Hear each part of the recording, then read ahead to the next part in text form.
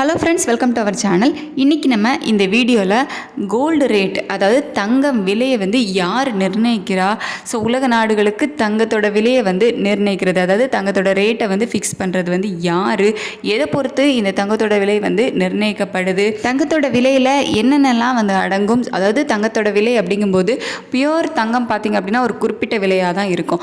So அது ஏற்றுமதி இறக்குமதி அந்த சார்ஜ் இந்த சார்ஜ் அப்படின்னு போட்டு தங்கத்தோட விலையை இன்னுமே அதிகரிச்சிடும்.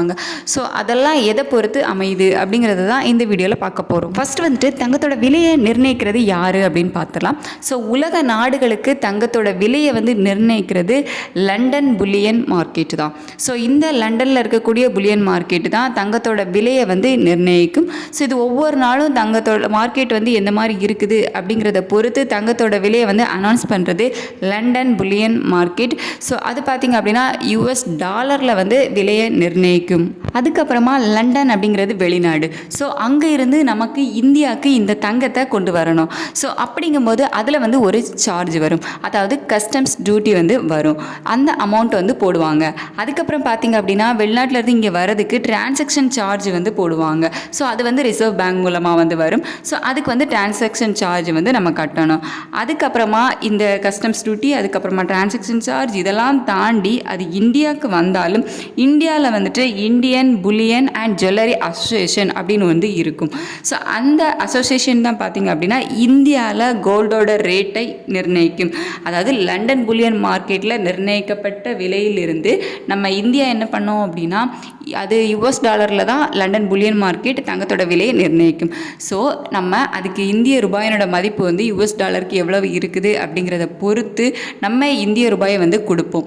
ஸோ அந்த மாதிரி நேரத்தில் US டாலருக்கு நிகரான இந்திய ரூபாயினோட மதிப்பு ஸ்ட்ரென்த்தனாக இருந்துச்சு, அதாவது அதிகமாக இருந்துச்சு அப்படின்னா தங்கத்தோட விலை கொஞ்சம் கம்மியாகும். இல்லை US டாலருக்கு நிகரான இந்திய ரூபாயினோட மதிப்பு வீழ்ச்சியில் இருந்துச்சு, ஸ்ட்ராங்காக இல்லை அப்படிங்கும்போது தங்கத்தோட விலை இன்னும் கொஞ்சம் அதிகமாகும்.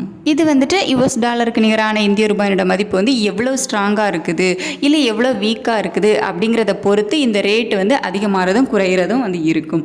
ஸோ நமக்கு இந்தியாவுக்கு வாங்கிட்டு வர வரைக்கும் இந்த தங்கத்தை கஸ்டம் டியூட்டி, டிரான்சாக்ஷன் சார்ஜ், அதுக்கப்புறமா US டாலருக்கு நிகரான இந்திய ரூபாயோட மதிப்பு, ஸோ இந்த 3 எப்படி இருக்குது அப்படிங்கிறத பொறுத்து இந்தியாவில் இருக்கக்கூடிய Indian bullion and jewellery association இந்தியாவில் ஒரு ரேட்டை நிர்ணயிப்பாங்க.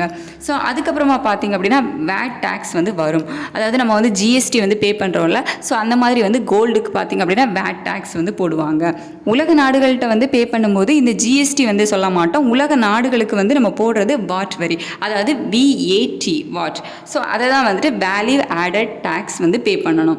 அதுக்கப்புறமா பார்த்திங்க அப்படின்னா விற்பனையாளர்களோட லாபம். இப்போ நம்ம ஒரு கடையில் போயிட்டு ஜுவல் வாங்குகிறோம் அப்படிங்கும்போது அவங்க அதே ரேட்டுக்கு நமக்கு, அதாவது இந்த அசோசியேஷன் என்ன ரேட் ஃபிக்ஸ் பண்ணியிருக்கோம் அதே ரேட்டுக்கு கொடுத்தா அவங்களுக்கு எந்த ஒரு லாபமும் இருக்காதுல்ல. ஸோ இந்த அசோசியேஷன் ஃபஸ்ட்டே பார்த்திங்க அப்படின்னா இதெல்லாம் சேர்த்து தான் ஒரு ரேட்டை ஃபிக்ஸ் பண்ணும். அதாவது இந்த வாட் டேக்ஸ், அதுக்கப்புறமா விற்பனையாளர், அதாவது அந்த கடைக்காரங்களுக்கு எவ்வளோ லாபம் வேணும் அப்படிங்கிறத பொறுத்து தான் ஒரு ரேட்டை ஃபிக்ஸ் பண்ணுவாங்க. இதெல்லாம் தவிர தான் பார்த்திங்க அப்படின்னா நம்ம அடிஷ்னலாக கொடுக்கக்கூடிய செய்கூலி சேதாரம், இதெல்லாம் தாண்டி நம்ம GSTயும் பே பண்ணுவோம். ஸோ இப்படி தான் பார்த்திங்க அப்படின்னா கோல்டோட ரேட்டு ஃபிக்ஸ் பண்ணப்படுது. மார்க்கெட்டில் இருக்கக்கூடிய நிலவரங்கள் பொறுத்து சில நேரங்களில் 2 நேரம் வரைக்கும், அதாவது காலையில் ஒருக்கா ஈவினிங் ஒருக்கா அப்படின்னு சொல்லிட்டு 2 டைம்ஸ் இந்த ரேட்டு சேஞ்ச் ஆகுது சில டேஸில். மார்க்கெட் நிலவரங்கள் எப்படி இருக்குது அப்படிங்கிறத பொறுத்து முன்கூட்டியே நாளைக்கு, அதாவது நாளைக்கு கோல்டோட ரேட் இன்க்ரீஸ் ஆகுமா இல்லை குறையிறதுக்கான வாய்ப்புகள் அதிகமாக இருக்குதா, எதற்கான வாய்ப்புகள் இருக்குது அப்படிங்கிறத முன்கூட்டியே நம்ம வீடியோவாக போடுவோம்.